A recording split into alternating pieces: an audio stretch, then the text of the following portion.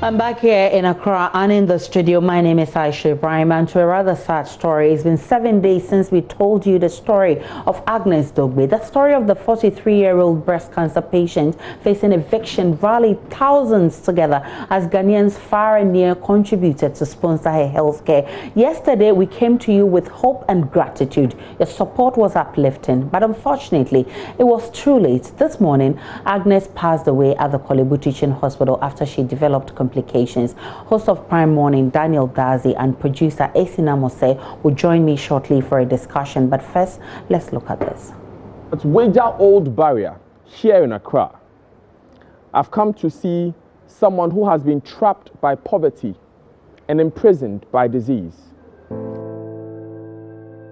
A 43-year-old mother of two who has been suffering from breast cancer for over a year. Can't breathe.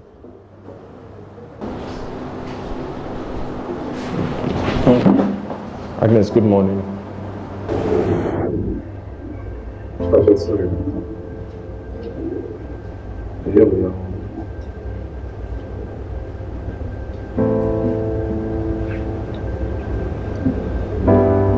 Are you safe for the how many months? Also, when they're saying anything. For more than.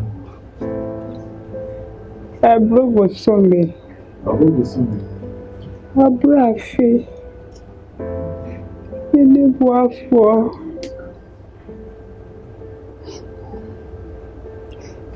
Usa confirme. Ele papa cry reject me.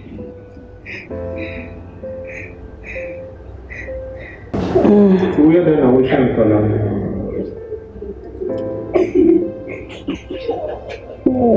Dear mommy.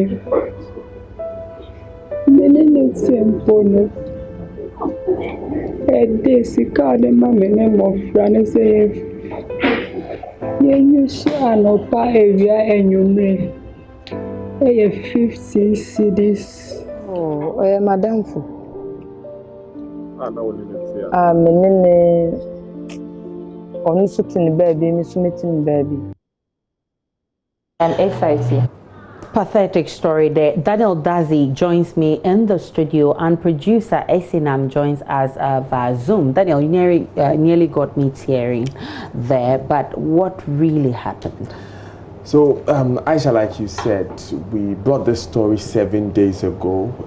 We were hoping against hope that something positive will come out. So, on Monday, we rushed her to the hospital because she had some complications. Unfortunately, she never returned from the hospital. We were monitoring her condition. Today, a bit later, at a point today, I heard that she was in critical condition, and unfortunately, she did not make it. So it's very disheartening. It's very pathetic.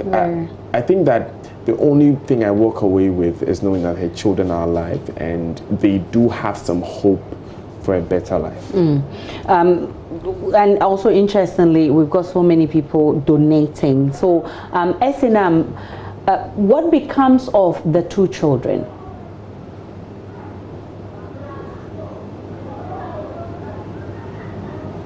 Esinam, can you unmute your audio? Hello, Aisha, can you hear me? Yes, very well, Esinam. Okay, apologies for that. We are yet to meet with the family fully. We only met her sister today at the hospital. When she passed, we had to call them to come sign the death certificate. We are yet to meet the larger family. So I'm sure that when we do, we will be able to sit down together and make the best decision suitable for the children. And yes, that's it for now. And Daniel, I'm curious to know, in all of this, what has the family been saying? So, well, SNL can also catch us up on that, but very quickly, in the entire conversation that we had, her family abandoned her. They were not picking our calls. They told one of the friends of Agnes point blank that they don't have money to take care of her. Today, after they found that she had passed, A number of them were called, they did not appear. Oh, wow. Yeah, and it was just this one lady who came in. And Esna, we were mentioning earlier how she interacted with you when she got to the hospital. Hello, sorry, I didn't hear that. The sister, the sibling of Agnes who came to the hospital today. Yes. First of all, I think it took her many hours to get to the hospital. We had gone there in the morning. We had called her when she passed, and we kept waiting for her forever before she turned up, like some 5 hours later. When she came in, didn't even want to go upstairs to go sign the death certificate. By God's grace, through the kind donation of individuals from here and abroad, we've been able to take care of the bills. All we needed was the death certificate signed by a family member, and she couldn't do that.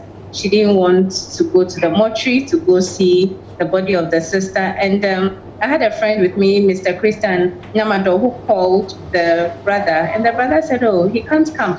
And that was it. My friend really got angry with him for saying that. But hey, it was quite telling.